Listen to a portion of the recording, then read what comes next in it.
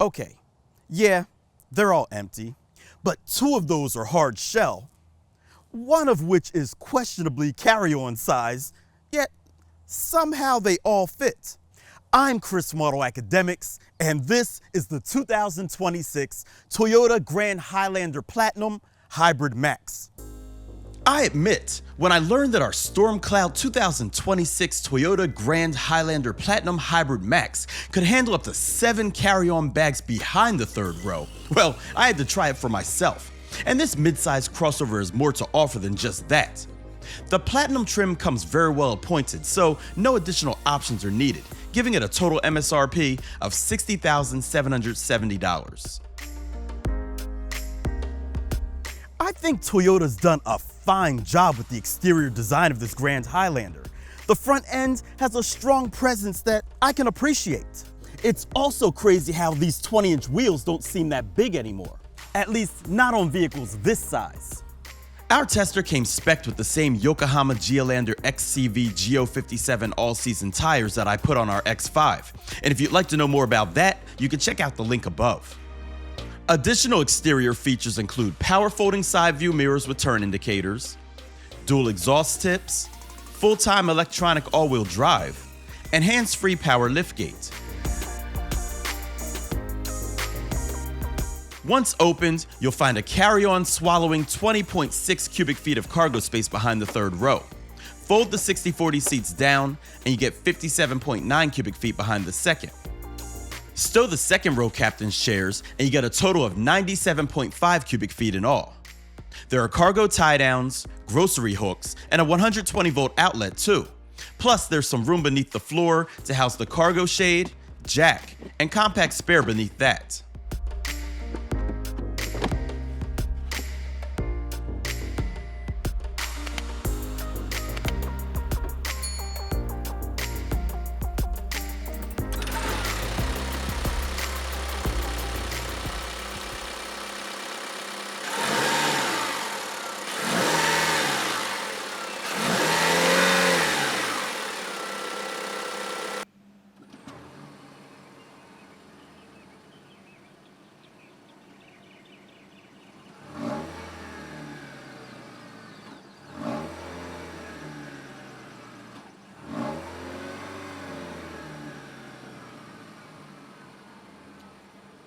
This Toyota's Hybrid Max powertrain consists of a turbocharged 2.4-liter 4-cylinder engine with hybrid motor, as well as a rear-mounted e-axle electric motor that make a combined 362 horsepower and 400 pound-feet of torque. A direct shift 6-speed electronically controlled transmission handles the power to all 4 wheels. Thanks to all that power, max tow capacity is 5,000 pounds. Drive modes include Eco, Normal, and Sport. And there are also multi-terrain modes where you can select mud and sand, rock and dirt, or snow configurations. Plus, there's a downhill assist control too. EPA estimated fuel economy is rated at 26 miles per gallon city, 27 miles per gallon highway, and 27 miles per gallon combined. AutoAcademics saw 26.7 miles per gallon during testing on regular fuel.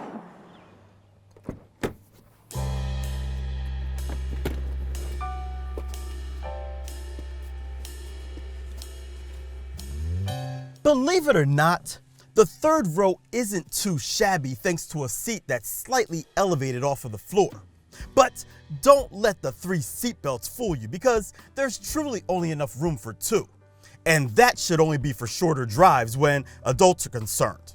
Now, make these huge cup and bottle holders smaller, and 3 across might have worked. The seats do recline though, and there are AC vents and USB-C charge ports back here too.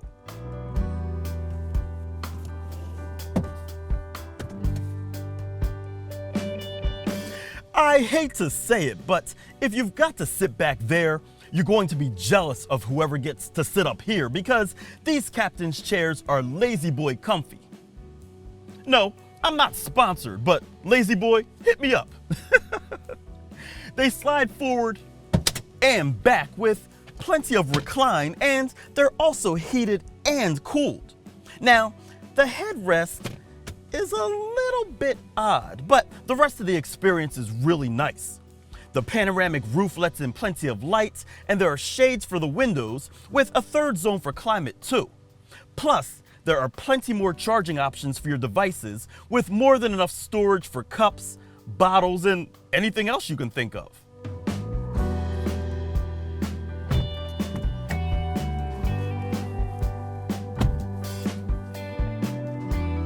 Generally speaking, the cockpit looks nice.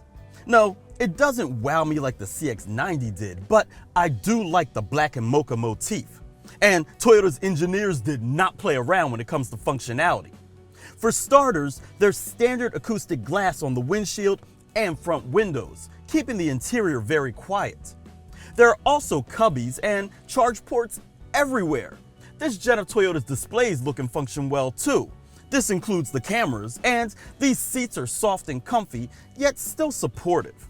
I do have one critique though. While the JBL stereo sounds decent at normal listening levels, crank it up when your favorite song comes on, and bass becomes a bit distorted. And mind you, when I say crank it up, I don't mean that loud. That JBL stereo has 11 speakers, there's a 12.3-inch multimedia touchscreen display, wireless Apple CarPlay and Android Auto, Sirius XM with 3-month trial, ultra suede and leather trimmed heated and ventilated power front seats, heated steering wheel, 4G Wi-Fi hotspot, wireless phone charging, head-up display, 2 memory settings for seats and mirrors, 3-zone climate control, digital rear view mirror, 12.3-inch digital gauge cluster, 2 USB-C charge ports, and 5-door smart key with push-button start.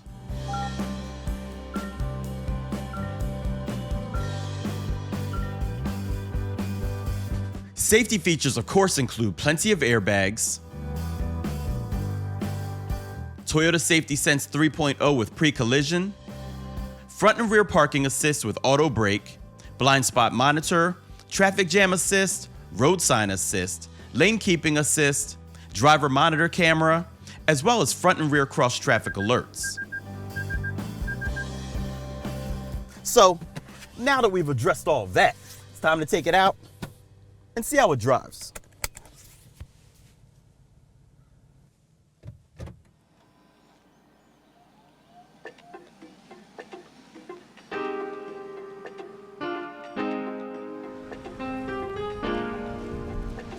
As I alluded to earlier, I recently reviewed the Mazda CX-90 plug-in hybrid, and it's pretty amazing how different these vehicles are, especially since they're both mid-size with 3 rows.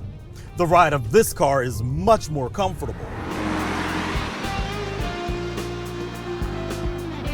Now, don't get me wrong, the CX-90 was comfortable too, but more in a driver's car sort of way. You could feel more of the road in that one, and if you want to know more about it, check out the link above. This Grand Highlander has a softer ride, placing a barrier between you and the stuff out there. And if I'm being honest, handling is still pretty decent with responsive steering. You're just less in tune with the road beneath you. Power is strong. This Grand Highlander really accelerates well. It's funny because the car makes a pleasing growl that is in no way the sound that a turbo 4-cylinder makes. But fake or not, the power that accompanies it is good, and the transmission is extremely smooth. Now, something else that's smooth is the transition from gas to electric, then back to gas again.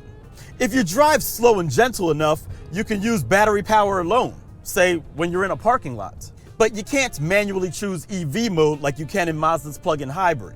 Also, the brakes don't feel quite as good as the Mazda, at least not out on the road. But these brakes also aren't grabby when you're trying to park. The Mazdas are. And while I'm making comparisons between the two, the fuel economy in this isn't nearly as good. But man, this thing is comfortable, with hardly an ounce of wind or road noise creeping in. In fact, the only thing I hear is a little bit of rattle from all those suitcases back there. The turning radius is tidy, visibility is good, and even the seat coolers are relatively quiet at full blast. It's really nice.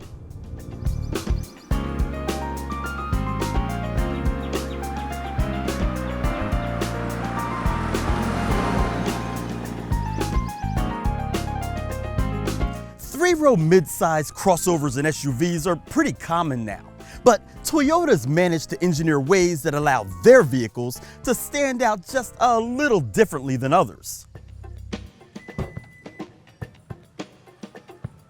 I mean, come on, 7 carry-on bags behind the third row? Impressive. And if you thought this video was impressive, go ahead and give it a thumbs up. It doesn't cost you anything, yet helps the channel out a ton.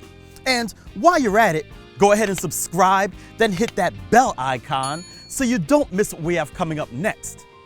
I'm Chris from AutoAcademics. Thanks for watching.